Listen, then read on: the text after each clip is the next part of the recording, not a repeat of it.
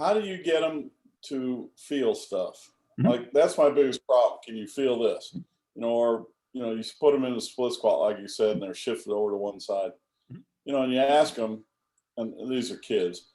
You ask them, Mhm. where's the most weight, and they look at you like you're nuts, and they say, well, it's on my left side when it's clearly on their right side. Mhm. And then I got the other example. I got a gymnast that I taught her how to do a power clean. The second set, she was telling me what she was doing wrong. She feels everything. Mhm. And so how do you get them to get from the first example Mhm. to like her? Yeah, no, so we get a lot of fairly young athletes, and even I would say as young as like 8 or 9 years old occasionally in my clinic. So one of the toughest things, like Rufus was just saying, like for your young athletes, or just young individuals, they're trying to find out like where their body is in space. So early on, I'll give them more external feedback. Like I might give them a mirror and I'll say like, hey, make sure when you squat down, face the mirror, make sure your knees are relatively even. You're not shifting to one side. Or give them some sort of like, Rufus, you're good at this. Give them some sort of like physical push. Like push them either in the direction you want them to, or let them push towards you. So say they're offloading their right leg. Maybe you physically put your hand on the right shoulder and say, hey, push towards me when you go down. Or you give them the opposite where you push them away and then you force them to feel the difference in weight from side to side. So like those sorts of external cues, like you can use a band, you can use your hand, you can give them visual feedback. Those sorts of cues early on are really beneficial and allows them to get an increased sensory awareness of those positions. The other thing is the simplest thing is slow the movement down tremendously, or have them do holds in certain positions. So when you're talking about the weight shifting thing, maybe you physically put them in the position you want them to be in, and you say, hey, stay here for 20 seconds, don't move. So now their brain is getting more feedback. So they're getting this heightened amount of sensory feedback to where their body is in space. And the more time they spend in those positions, the more familiar they become. It's just like everything. I mean, if someone can't do a push-up, what do? We elevate them first, potentially, and we have them spend time going through those motions. Or maybe we physically just start them with a plank position so that they can find like a quote unquote like stacked or neutral position that allows them to express the motion that we want before we even add any sort of movement. So it's really just scalability. I think early on, going back to Corey's original question, I think external, like physically giving them feedback is really important, giving some sort of visual feedback, and then building on top of that, like, this is the position I want you to be in. How does it feel? Like you'll have some people that just have no sensory awareness. I mean, this is very common of some of our general population who don't have an athletic background. So in that sense, I start them from a very stable position. Like let's use like finding abs as an example.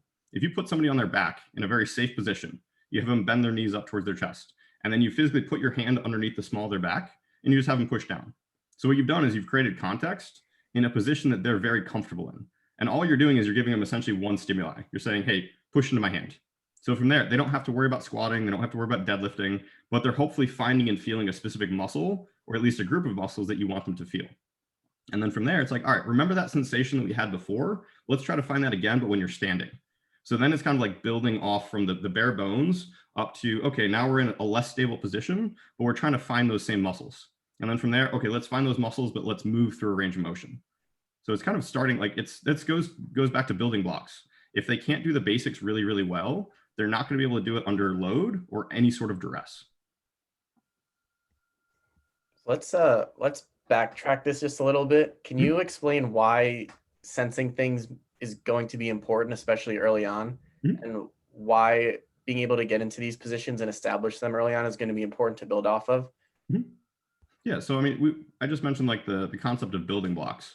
So let's use like just because it's simple, let's use like the abs example. It's like finding like certain trunk muscles for like central stabilization.